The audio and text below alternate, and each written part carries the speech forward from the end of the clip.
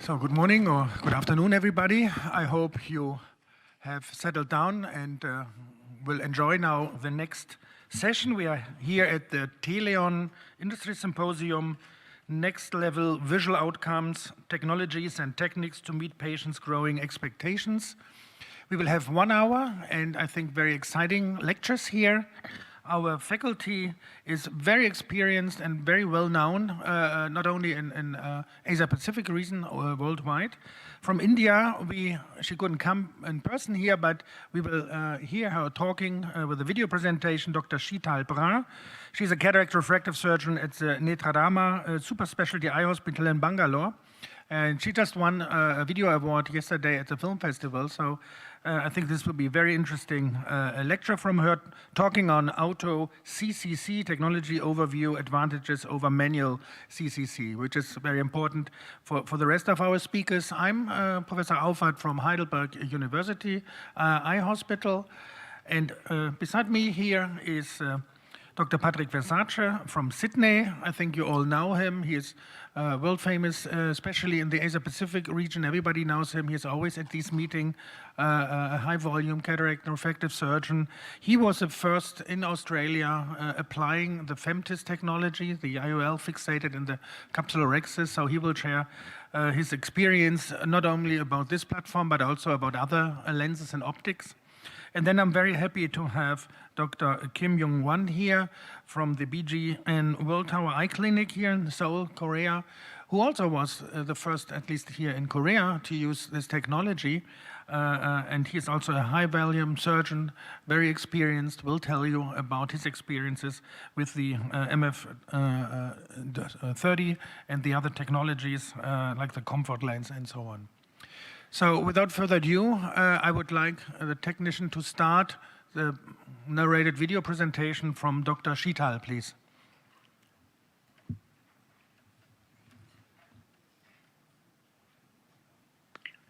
A very good afternoon to all my wonderful friends and colleagues who are attending the physical APACRS meeting in Seoul today.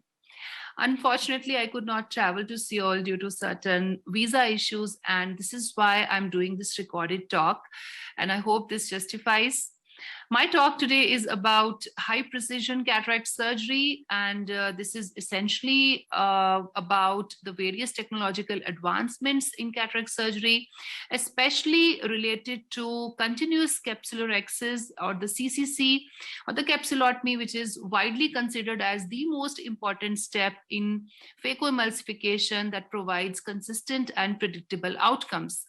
Now, the notable advancements in IOL technology related to advanced optics as well as materials have further heightened the importance of this step during phacoemulsification.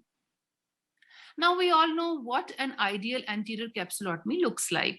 It should be circular and accurate to the size of 5 to 5.5 millimeters, centered onto patient's visual axis, should achieve a 360 degrees rim to optic coverage, and should have adequate capsular strength on its edge. A poorly sized capsulotomy can consequently lead to different types of complications during the surgery, as well as problems in the postoperative period, such as IOL malposition in the form of tilt decentration, poor quality of vision due to increased higher order aberrations, as well as high rates of PCO formation. Now, there are various challenges with manual capsulotomy. First and foremost, to achieve reproducible and consistent results, one needs to acquire much higher degree of skill and experience. The manual capsulotomy is also based on surgeon's judgment and is a bit subjective. And various factors come into play, such as pupil dilatation, Purkinje images, grade of cataract, etc., all of which can eventually influence the creation of a CCC. Now, why do we need automated capsulotomy technologies? With the advent of toric, multifocal, and extended depth of focal IOLs, the so-called premium IOLs that offer increased spectacle independence compared to monofocal lenses, these lenses are becoming very popular. However, these lenses are very sensitive to alignment, positioning, and centration, and this is why we need automated capsulotomy devices, which certainly have advantages over manual capsulotomy. They ensure perfect IOL centration with good overlap with the optic rim, maintaining a stable IOL position. There is minimum effect on the effective lens position in the long term. They ensure reproducible and repeatable results almost 100% of the times.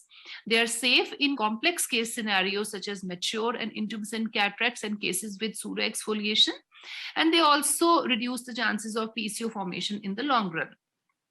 Now, when we talk about automated capsulotomy devices, the first and foremost technology that comes to our mind is the FLACS technology, or the femtolaser assisted cataract surgery.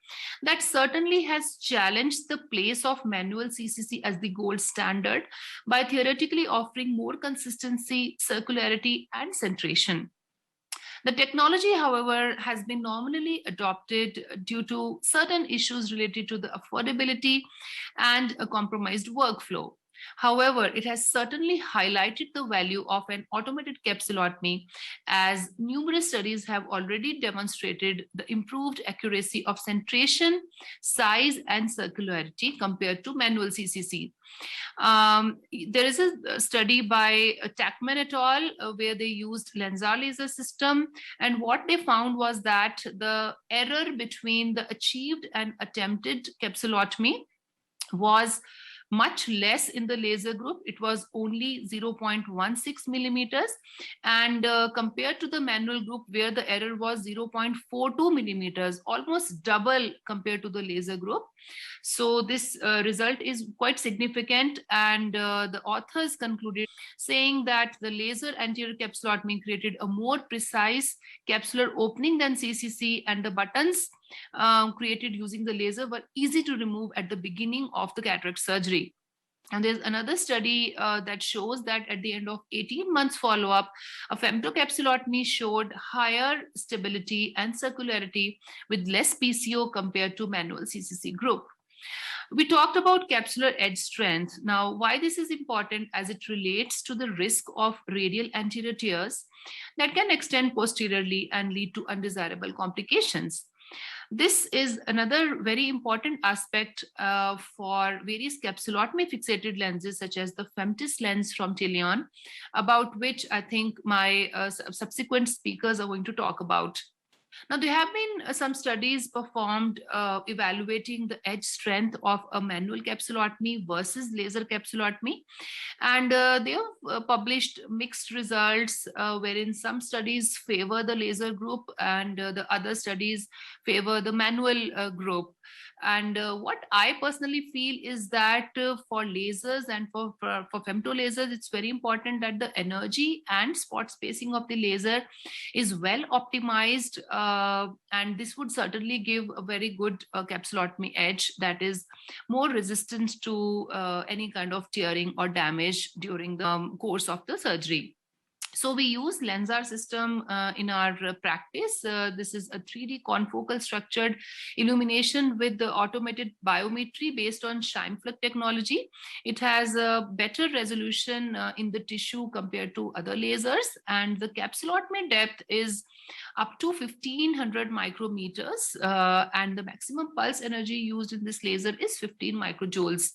Now, with this laser, we almost achieve 100% free floating capsulotomies without any tags, because the system is already optimized for the laser settings, as well as the energy and the spot spacing. So you can see on the left side is a soft cataract where the capsulotomy could be easily aspirated, and on the right side is a dense cataract wherein after the laser application, the capsulotomy was 100% free floating and there were no tags. As you can see, it easily comes out using the OVD. Another special feature of the LensAR capsulotomy is that it offers IntelliAxis, which are 2 notches on the steep axis based on iris registration for toric IOLs, as well as arcuate incision placements. Now, after the femtolaser technology came, different types of automated technologies for capsulotomy were introduced. Another popular technology is Zepto-precision pulse technology that was approved by FDA in 2017. So as you can see that this is the console connected to the disposable handpiece. And you have this suction shell that contains the flexible nitinol ring, which delivers the thermoelectrical energy. The suction shell creates 360-degree apposition with the anterior capsule that creates quick pulse of energy, producing an instantaneous cleavage of the anterior capsule with a resultant round capsulotomy of 5.2 millimeters in diameter. Now, in terms of workflow, this technology has shown certain advantages compared to FLACS. It does not require additional space. The time taken for capsulotomy creation is lesser. It can be seamlessly introduced into the normal operating sequence, and the cost, of course, is much less compared to FLACS technology.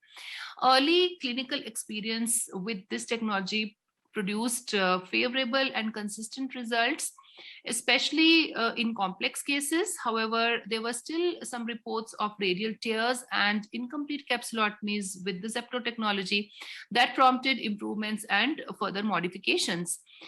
Certain user-dependent factors were also set to come into play to contribute in the completion of capsulotomy with this technology. Additional studies were warranted to further evaluate the performance of this device. Another technology that is on the horizon of automated capsulotomy devices is the Capsular or XL lens or selective laser capsulotomy, which is currently under investigation. This has a transportable attachment to the surgical microscope. Now, with this technology, it employs a non-contact laser that delivers thermal energy to create a circular capsulotomy in 1 second. So it's quite fast. And in contrast to FLACS technology, the laser energy is continuous rather than pulsed. Application of trypan blue to the anterior capsule is required, which is followed by capsulotomy that occurs with laser energy absorption of the dye-stained anterior capsule. The laser projects a reticule as a guide for the surgeon to follow for centration and is adjustable from 4.5 to as much as 7 millimeter diameter. So in addition to the advantages related to efficiency, Daya et al., they demonstrated that SLC may provide a more stabilized and strengthened anterior capsule compared to manual CCC and FLACS because of the thermal coagulation of the collagen that occurs. Another technology that is being investigated is the APACRS CTC or the continuous thermal capsulotomy, which is currently undergoing preclinical testing. This device also has a small console that delivers thermal energy through a steel ring-shaped cutting element. Once a 360-degree contact with the anterior capsule is created, thermal energy is delivered that melts the collagen of the anterior capsule to create the capsulotomy. So in conclusion, quick, precise, and reproducible capsulotomies continue to be sought after by surgeons for optimizing outcomes without sacrificing time and efficiency. There is certainly a trend towards a guided or automated approach for improved reproducibility and precision, particularly for IOLs with advanced optics. There is, however, no clear evidence to support that the automated devices lead to superior outcomes. However, as new devices are introduced, we will still need comparative studies that would be helpful to evaluate the performance and determine whether the improved geometry of the capsulotomy achieved with automated devices would really translate into meaningful benefits to our patients or not. So with this, I would like to thank Teleon Surgicals and my friend Ulf for this wonderful, wonderful opportunity. Thank you so much for your kind attention.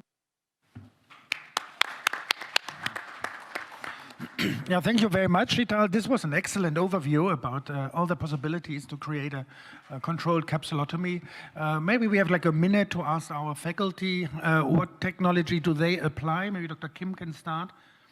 I use LensAR machine to do FLACS, but actually I only do CCC using the LensAR. The LensAR, okay. And you? Yeah, excuse me. I have the catalyst laser, and I've also used capture laser for placing FEMTIS lens. I think I'd like to use FEMTIS for all patients, but cost is the barrier, the cost of doing femtosecond capsulorhexis. So if capture laser can do what we think it can do, this will be a really good path to being able to offer FEMTIS to most patients. Yeah, that's a good alternative. I have experience with the LensAR laser, of course, which I really like very much, and she has shown that, but also with the Victus and the LensX applying this technology. And all of these femto lasers create a very stable capsulotomy where you can apply this technology. So the strength, I think, of the rim is very good in all these technologies. So I think we have to move on. Now I think it's my turn. Can you get up my slides, please?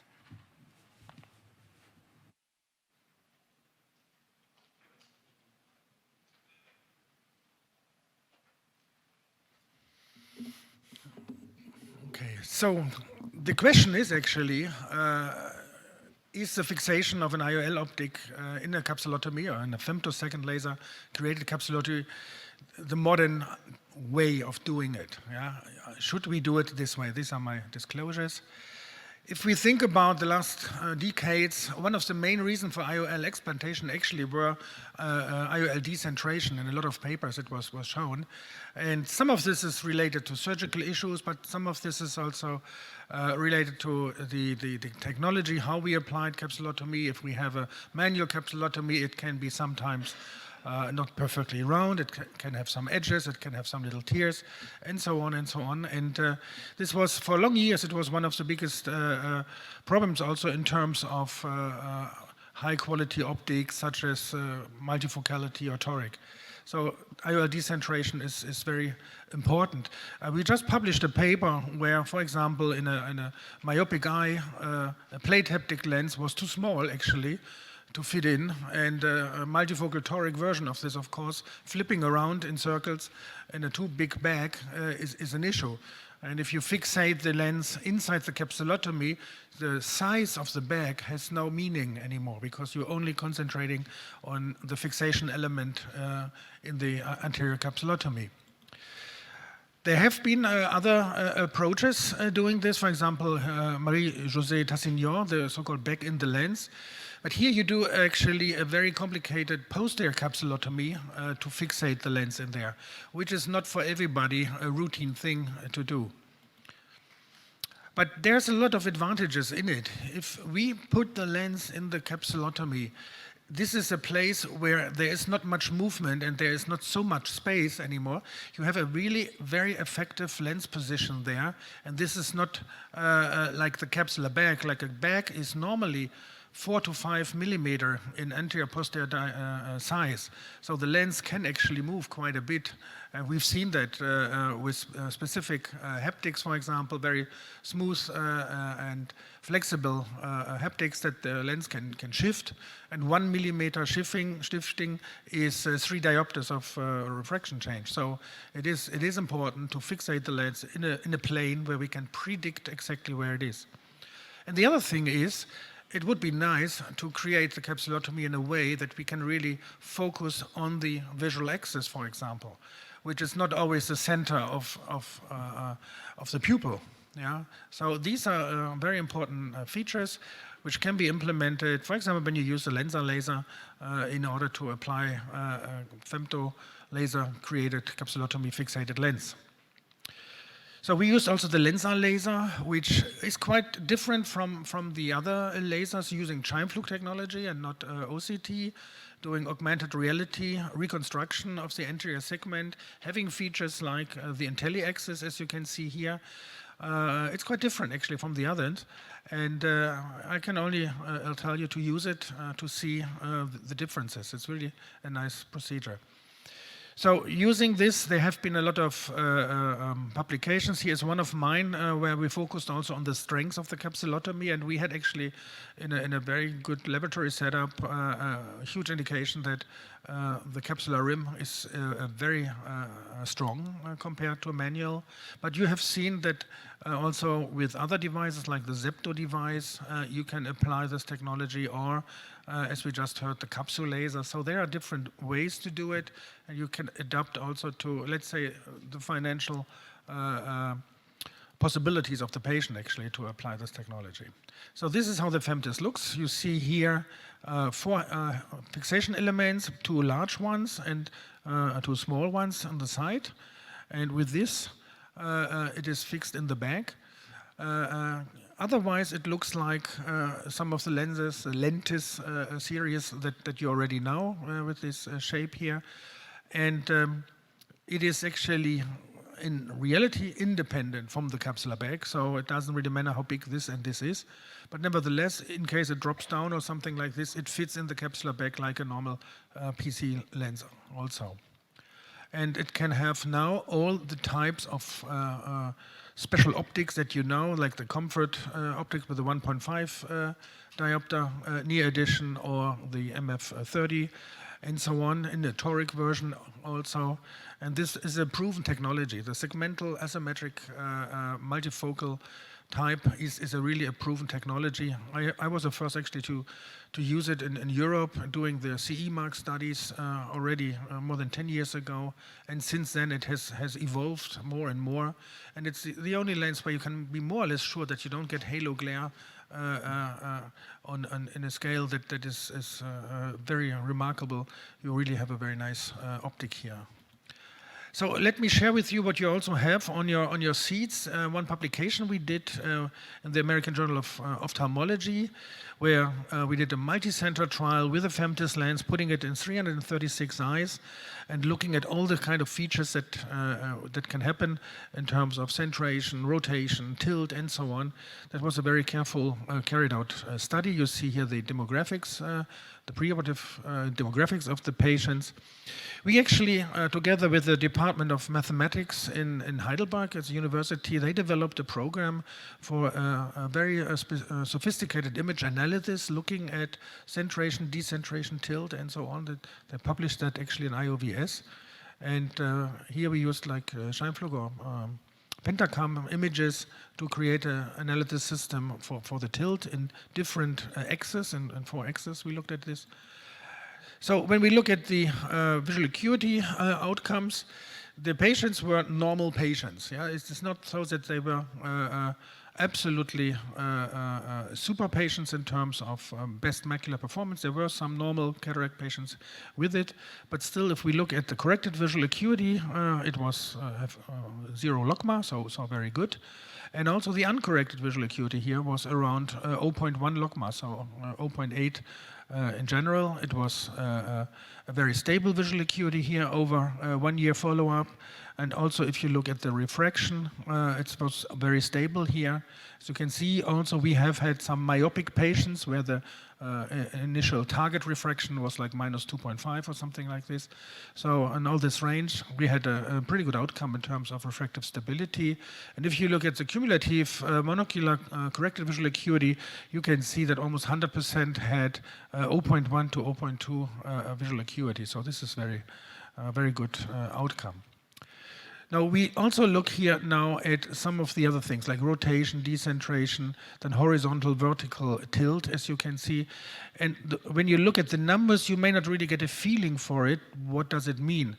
Yeah, I will actually like to show you other demonstration where we put some other comparative data from the literature. For example, here decentration, there are a couple of papers.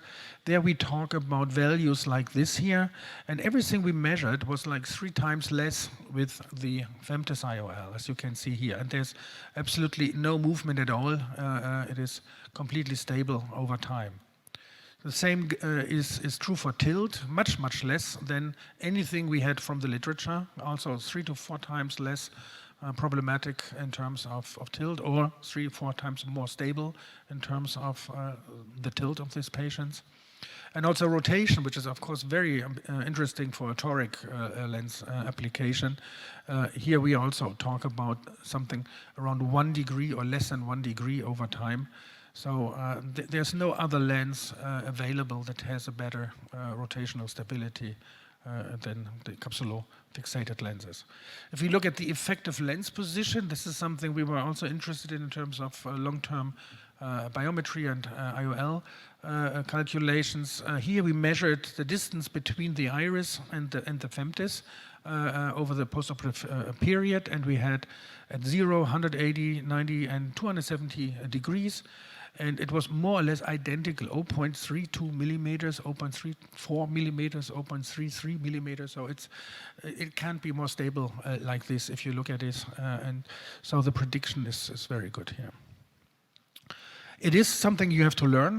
The surgeon's questionnaire with the FEMTIS lens, you could see that there is a learning curve, and that most of them were pretty happy doing it. Some had a little training period, and I will share with you also my training period. One thing that we cannot get here is the very close contact to the posterior capsule in terms of PCO prevention. After 1 year, we can say we had like 1/3 without PCO, 1/3 had like grade 1, grade 2, and 1/3 had like grade 3 to 4. In the study, I did like around 40 patients, and I had, I think, 3 to 4 YAG lasers after 1 year in my group. So how can we learn to do this?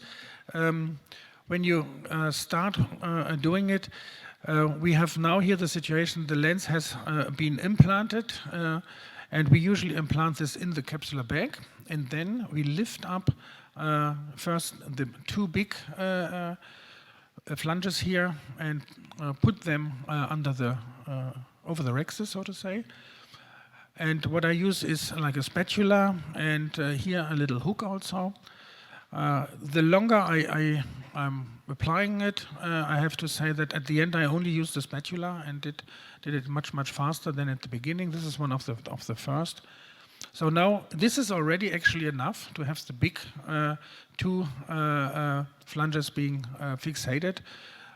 If you cannot do the rest, it doesn't really matter so much.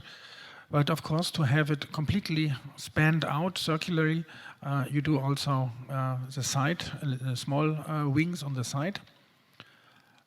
And one thing which is important is that after implantation, you remove already a little bit viscoelastic, and then you just leave a very small film in it, not to touch the posterior capsule in a rigid way. Otherwise, you remove the remaining viscoelastic after the surgery. And here we do the other thing, and now it's fixated. If we look at my learning curve, the very first one it took like 2-3 minutes, up to 4 minutes, and then it went down to like less than a minute after a certain time. I can say that around 2/3, you need not more than 1 to 2 minutes to do this. So compared to the standard in the back fixated IOL, rotation decreased by a factor of 2, decentration 2.7, tilt 3.8, and tilt vertical by 3 times. So much better than a conventional lens. There's also supporting literature from other people who did some studies on this here from this group, also in terms of the effective lens position, which was much better compared to other, in this term, premium lenses like the Physio lens and the Panoptics. Further advantages, which has not really been addressed so much, is that with the fixation in the capsulotomy, we may see much less problems such as negative dysphotopsias, because this is one of the issues we have with premium lenses. And even though they are not so frequent, the negative dysphotopsias, it's quite worthwhile looking into that issue, especially with the multifocal version or the comfort version of this lens. So I think this is also very, very interesting here. So it's an excellent platform from my side for monofocal, toric, EDOF, multifocal platform, and this is available now, and you can look at the Teleon booth also to talk with the people in the distributor here if you're interested. Thank you very much for your attention.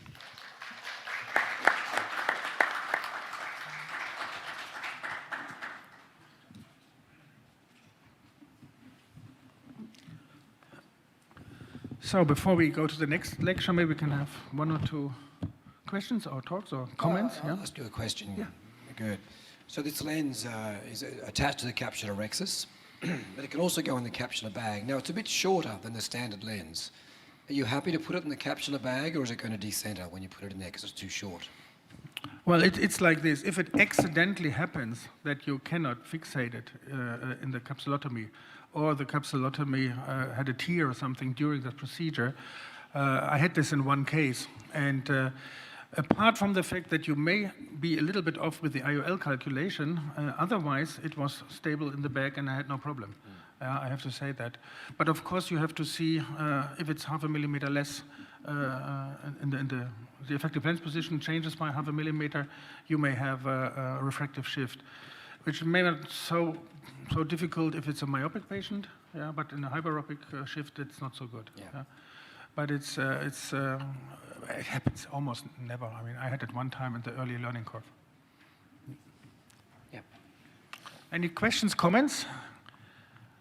So that we stay in time, I would like to invite Dr. Versace to talk about the different type of optics where we can apply this technology.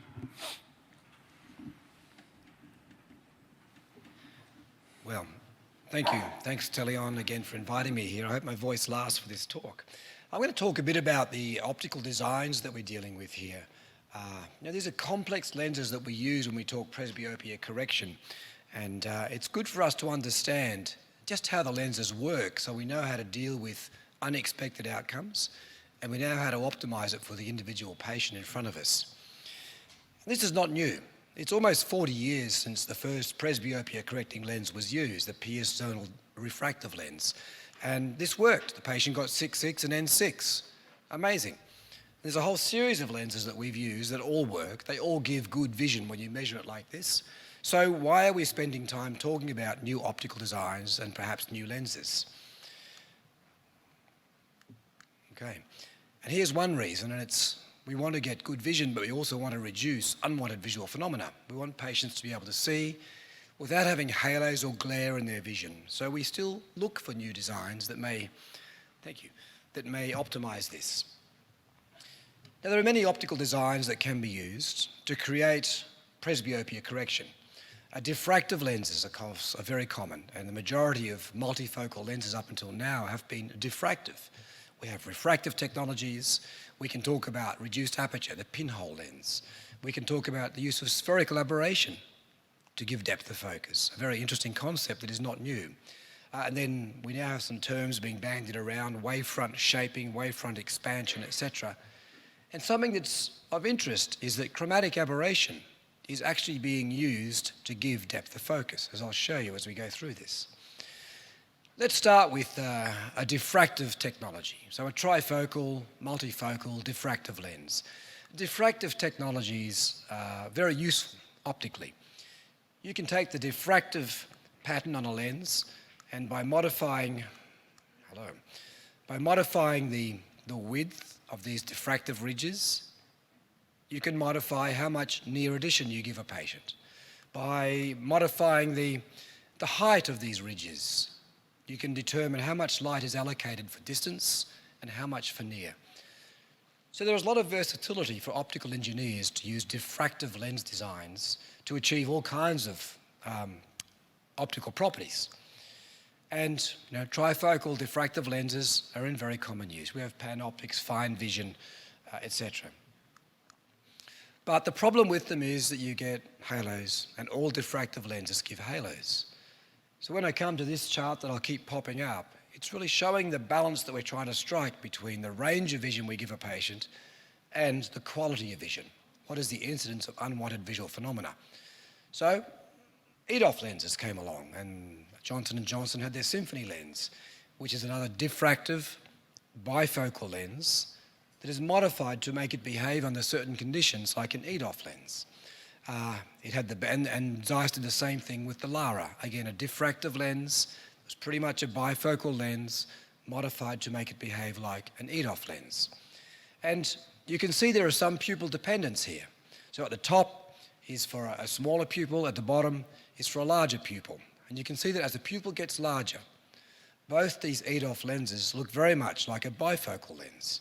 It's when the pupil gets a bit smaller that you start to get the EDOF properties. But what all diffractive technologies have in common is they produce halos. Now we know that most patients aren't bothered by them, and we've all used plenty of diffractive multifocal lenses.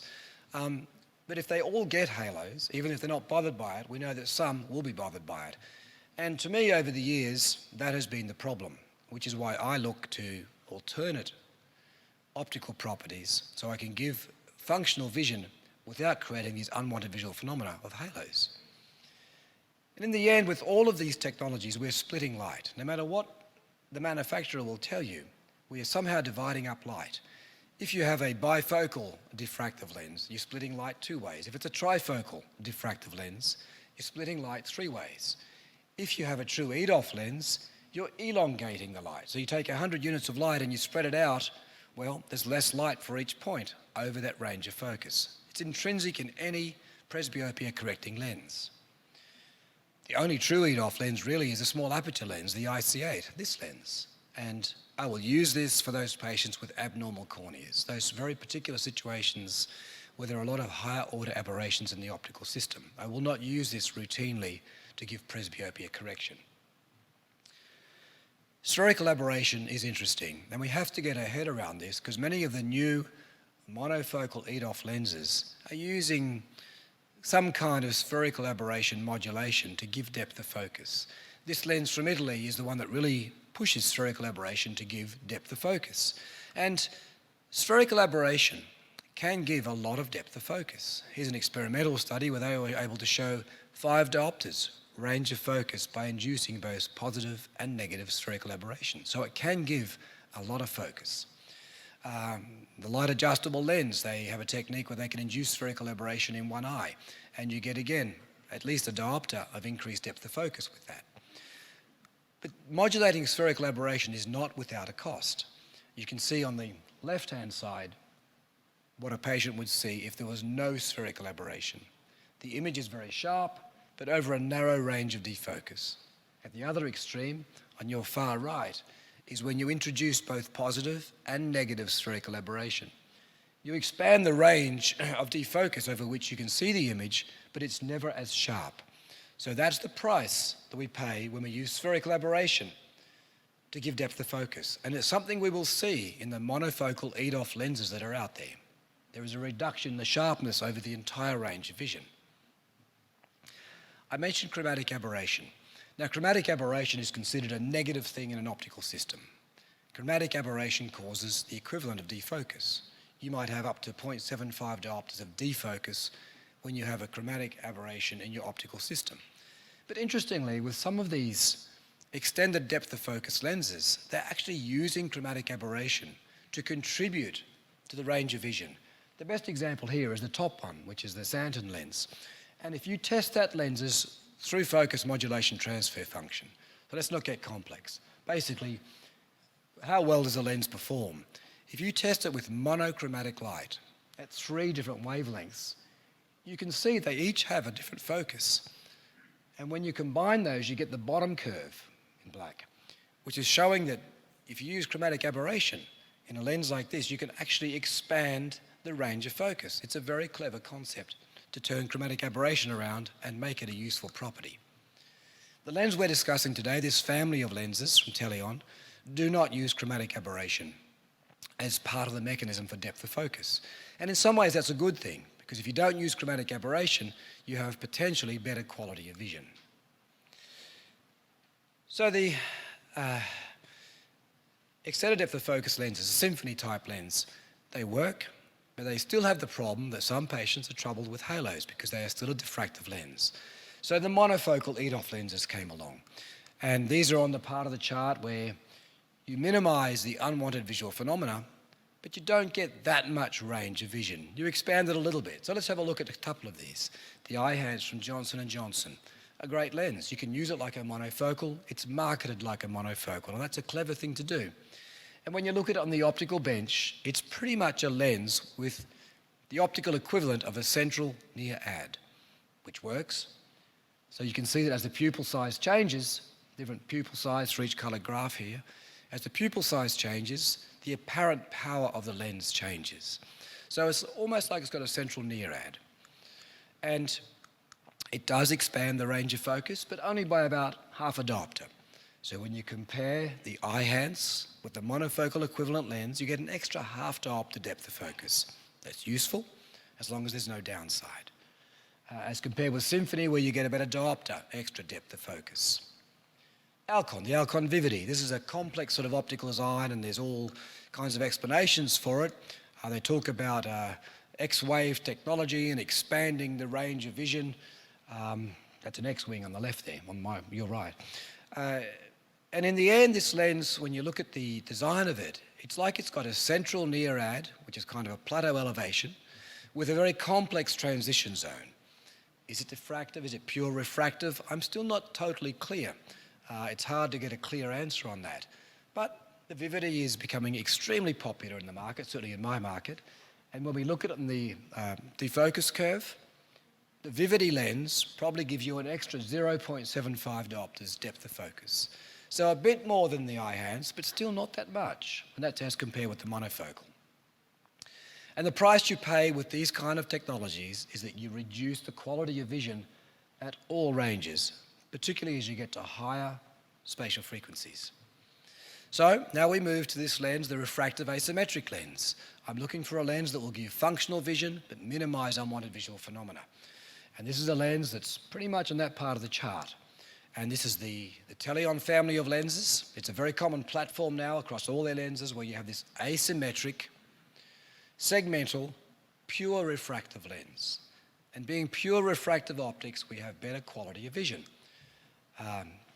Professor Auffarth has spoken about the Rexus fixated version.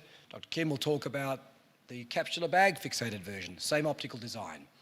And the benefit of this lens is that even though it looks a bit like a bifocal, there are two refractive elements there. But when you look at the defocus curves that we generate in many clinical trials that have been published, you get this kind of defocus, which looks like an extended depth of focus lens. And with the comfort platform, so it's sort of a 1.5 near ad equivalent, you get about 1.25 diopters expansion of the range of focus as compared with a monofocal. So a very functional and useful expansion of the depth of focus with this lens. As compared with Eyehance or even with Symfony, we're getting a greater expansion here. How does it work? I mean, how can this lens that looks like a bifocal refractive lens behave as an extended depth of focus lens? And here's how I can try and explain it. When we look at data with a modulation transfer function, it's normally just measured in one direction. Now with this lens, you can see that if you sort of look at light going through it, it depends on exactly which part of the lens you're on as to what the ratio of near and far vision is. If you look at it vertically like that, if you look at it horizontally, you'll get a different kind of transmission of light for near and far, different balance for near and far vision, and it changes depending upon which part of the lens you're looking at. You compare that with a symmetric diffractive lens or a symmetric lens like Eyehance or Vivity. It doesn't matter how you look at the lens with your light passing through it. It's always the same allocation of light for far and near. It's always the same, no matter which angle you go at to look at it. So with the segmental refractive lens, there are now a couple of experiments that help us understand how it works as an EDOF lens. This is some earlier data. At the top here is a diffractive symmetric lens. And if you look at the modulation transfer function measured vertically and horizontally, they're the same. They have to be because it's symmetric. And when you add them together theoretically, you still get a kind of bifocal defocus curve. Down the bottom is the asymmetric segmental refractive lens. The defocus curve looks different. The modulation transfer function looks different depending upon whether it's vertical or horizontal. And when you add them theoretically, you get the defocus curve that looks like an EDOF lens. This has now been published. A paper came out early this year which demonstrates this is exactly what happens. And so the top right is the best graph. You get a kind of EDOF type defocus curve when you look at the modulation transfer function, not just vertical but also horizontal. And that accounts for why we're getting this extended range of focus with this lens that looks a little bit like a bifocal segmental refractive lens.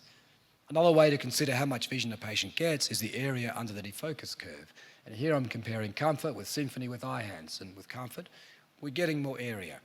And that's kind of borne out in the data we get when we look at patients' functional vision with this. We do have to consider pupil size and where the pupil sits when we talk about these asymmetric designs. And here's a couple of asymmetric refractive lenses. And if you have a large pupil, well, you've got plenty of light being allocated for far and near. As the pupil gets smaller, that balance of light for far and near changes. And if you look at this lens on your left, you can see that for a very small pupil, there's not that much light for the distance. With the segmental refractive lens, the Teleon family of lenses, for a very small pupil, so when you're in bright sunlight, you have almost 100% of the light for the distance, which is what you want to get a clear distance image. Whereas with the alternate lens that's on the market, when the pupil's very small, you're in bright sunlight, you don't have much light allocated for the distance vision. This comes into the optical design. And importantly, of course, with this design, we're able to achieve a functional range of vision without having unwanted visual phenomena. The FEMTIS is on the very right-hand side, the lens that Professor Auffarth was talking about. This is this refractive segmental design. And we have functional vision. So we have in different studies, but in this study we didn't publish, we had 60% of the patients never wearing glasses. So truly a functional range of vision. So I'll finish by saying there are many optical designs, but happily they're getting better. I like this segmental refractive design because I can give my patients functional vision and minimize the unwanted visual phenomena that they achieve. Thanks very much.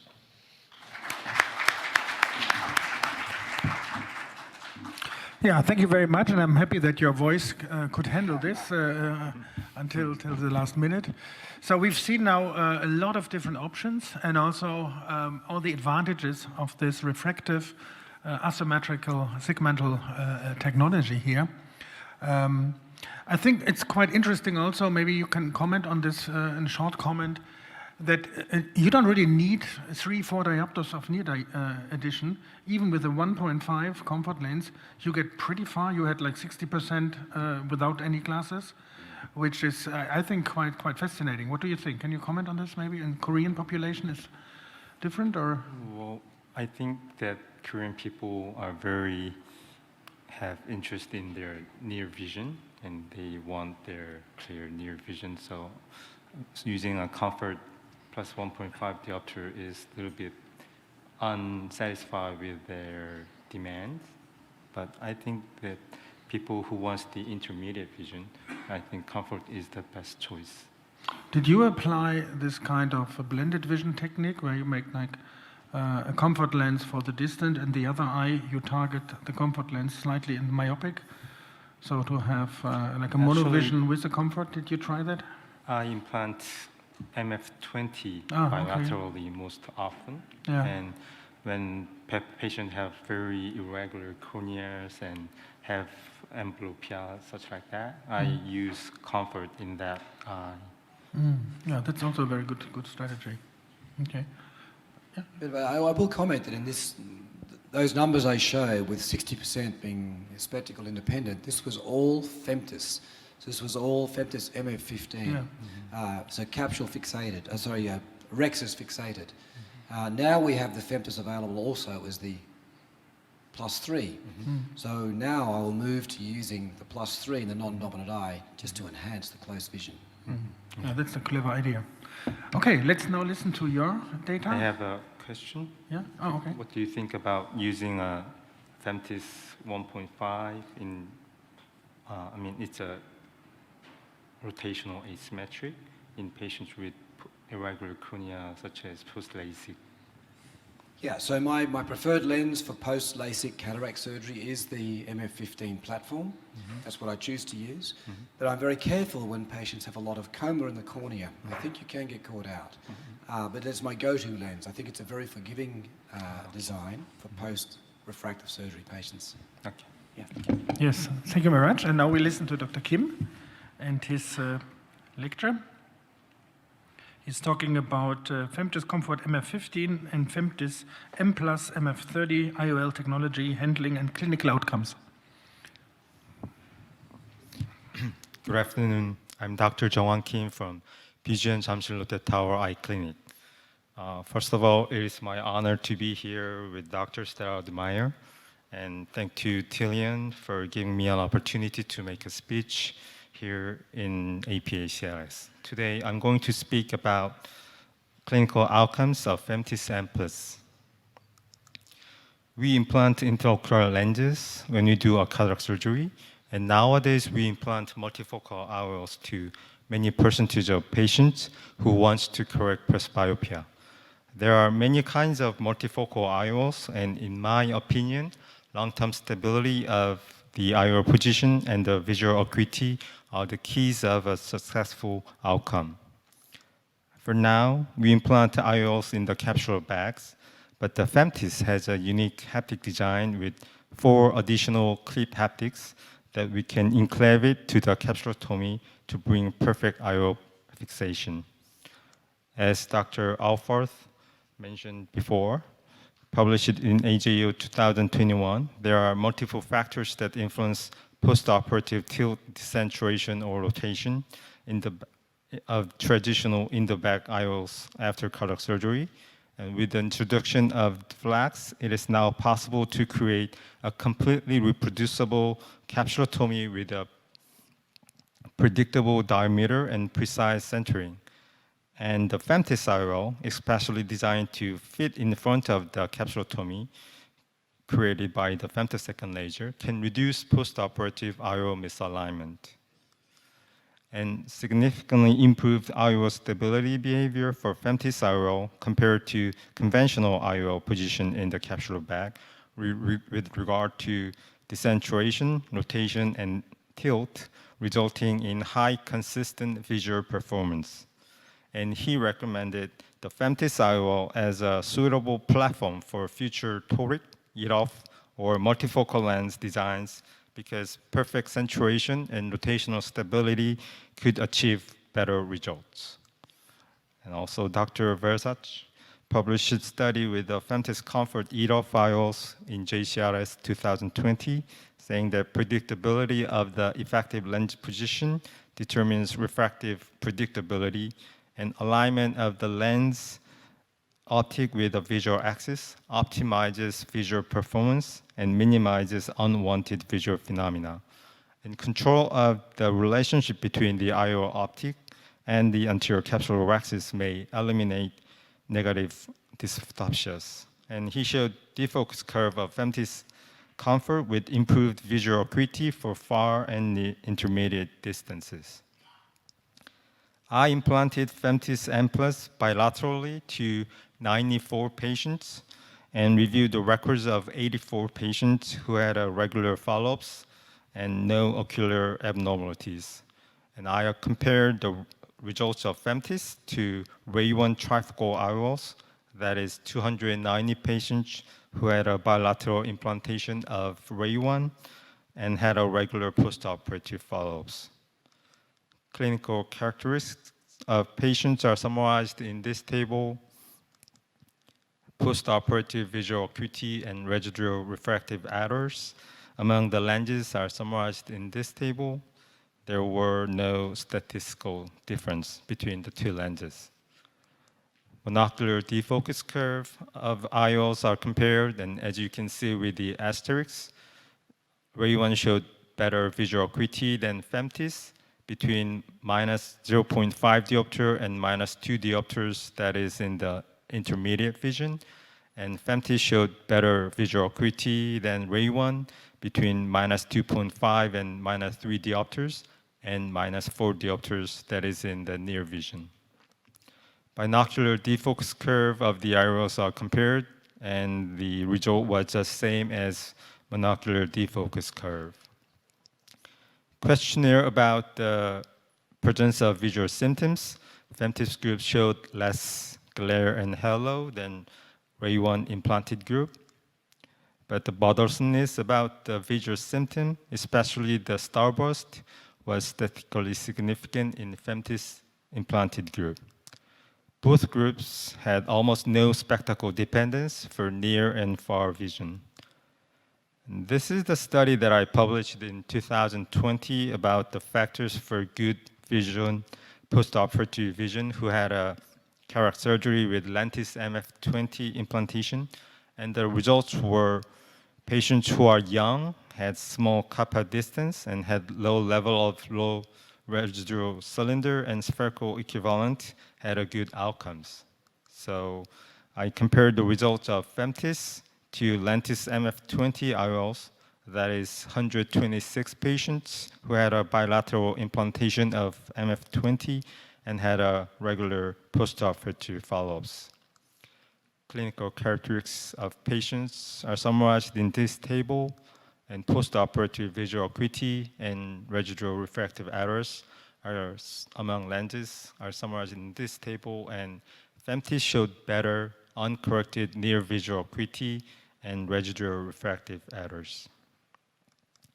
Monocular defocus curve of the IOLs are compared, and as you can see with the asterisks, lenses showed better visual acuity than FEMTIS between -0.5 diopter and -2 diopters, and FEMTIS showed better visual acuity than lenses between -2.5 and -4 diopters, that is near vision.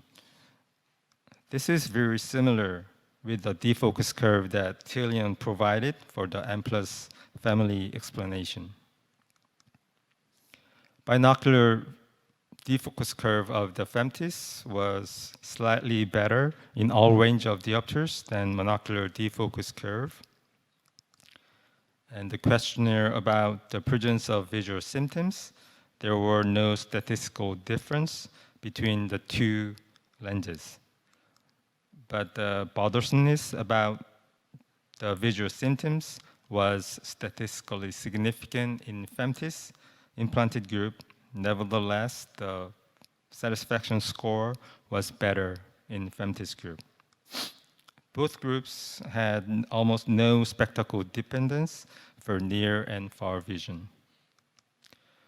These are the photos of the FEMTIS IOL that I took at 2 months follow-ups. And you can see the 4 additional haptics in front of the capsulotomy with good centration and alignment. And this is the video of my surgery. I used LensX only to make a CCC. After removal of all the cataract, I implant the FEMTIS IOL. And from now on, this is a real-time video to show you how long it takes to enclave the additional haptics.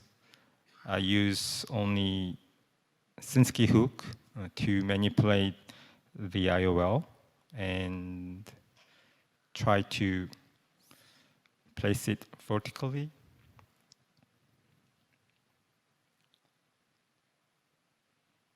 First, I fixate the 2 large longitudinal haptics, and followed by 2 small lateral haptics.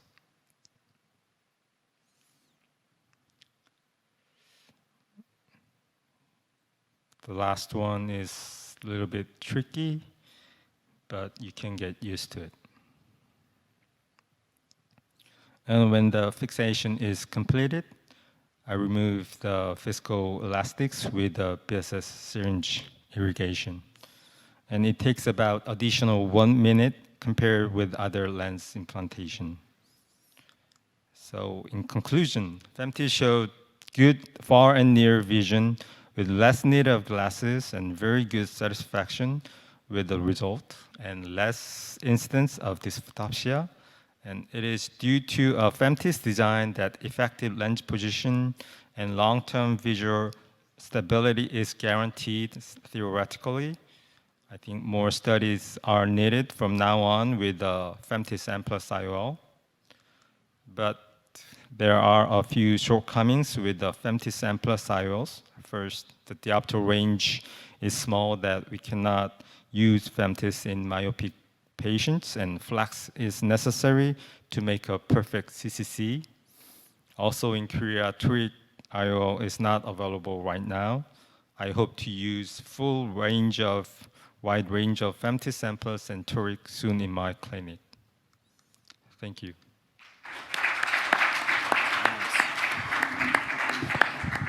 Yeah, thank you very much for this very nice presentation and also the good surgical performance. It was very nice and I think very encouraging. I think we are almost at the end now, or even a minute over it. Are there direct questions from the audience to the speakers? Yeah, this one, yeah. So can I confirm you're using LensX to create your capsular rhexis? Yes. And are you using the Verion so that you can align the capsular rhexis with visual axis, or how are you doing that? What are you aligning the capsular rhexis with? Well, at first I used Verion and LensX to make the capsulotomy in center of visual axis. Yeah. But the Alcon recommended not to use it because the rate of abnormality can increase. The exact, I mean what do you call it? So they think that the accuracy of the visual axis is not good. It's not good, yeah. Is that right?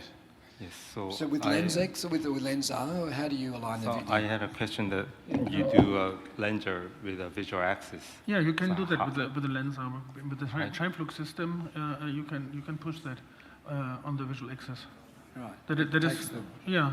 You have the Purkinje images, and you can align it to that.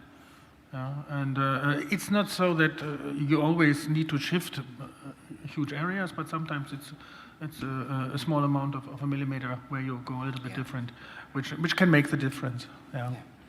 What they told me was if you have a variant, there can be a miss, and if you put it in the LensX, there can be worse Yeah.